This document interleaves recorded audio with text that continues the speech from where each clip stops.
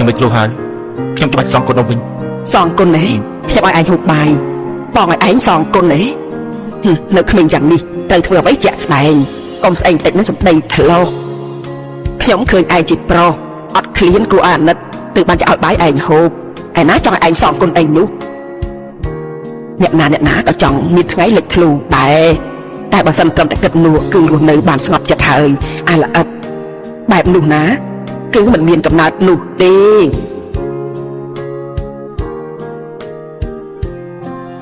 លោកជាអ្នកណាហេតុអីក៏មកផ្ទះខ្ញុំណាមីង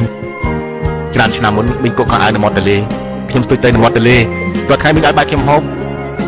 អ្នកដែលហូបបាយមូលខ្ញុំពើមានច្រើនណាស់ខ្ញុំមិនណាចាំបានទៅខ្ញុំគឺហានស៊ីង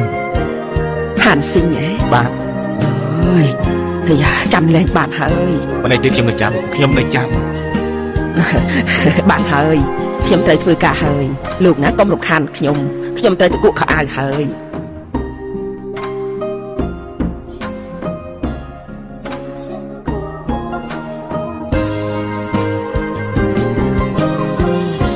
ហានស៊ីងមកសម្រេចពាក្យសន្យាច្រើនឆ្នាំមុន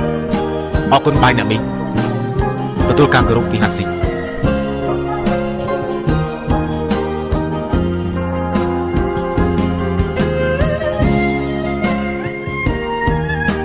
ឲ្យខ្ញុំហ៎បាទជប់គុកខែទៀតទៅ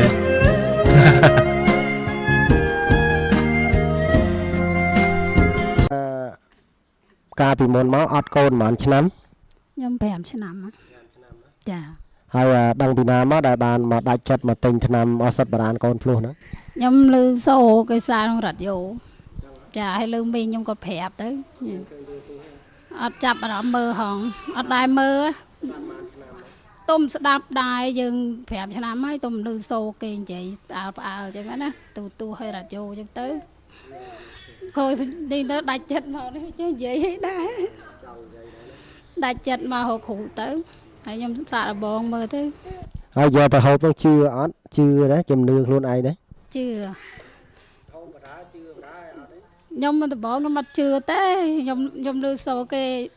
គេថាគេអាយុ40ណាគេផឹកអស់តែកន្លះកញ្ចប់គេមានណាហើយទៅខ្ញុំហ្នឹងហើយទៅខ្ញុំសាកល្បងតាមគេតាហ្នឹងហើយដល់ពេលខ្ញុំកន្លះកញ្ចប់មានដែរចាឆ្នាំដែលនៅសល់ហ្នឹងមានគ្រូនៅចាຕົកយកខ្លួនឯងមួយទៀតហ្នឹងដឹងអីខ្ញុំមើលនិយាយមើលអ្នកបងឈ្មោះអីខ្ញុំមកសិលៈប្តីវង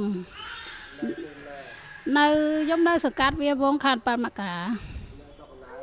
នៅពេញហ្នឹងហ្មងចាកូនស្រីណាស្រីបានខែ2ខែជាងជឿអត់កូន4ឆ្នាំប្រហែលឆ្នាំ5ខ្ញុំកា5ឆ្នាំចាឥឡូវបានខែហើយដល់2ខែជាងហើយ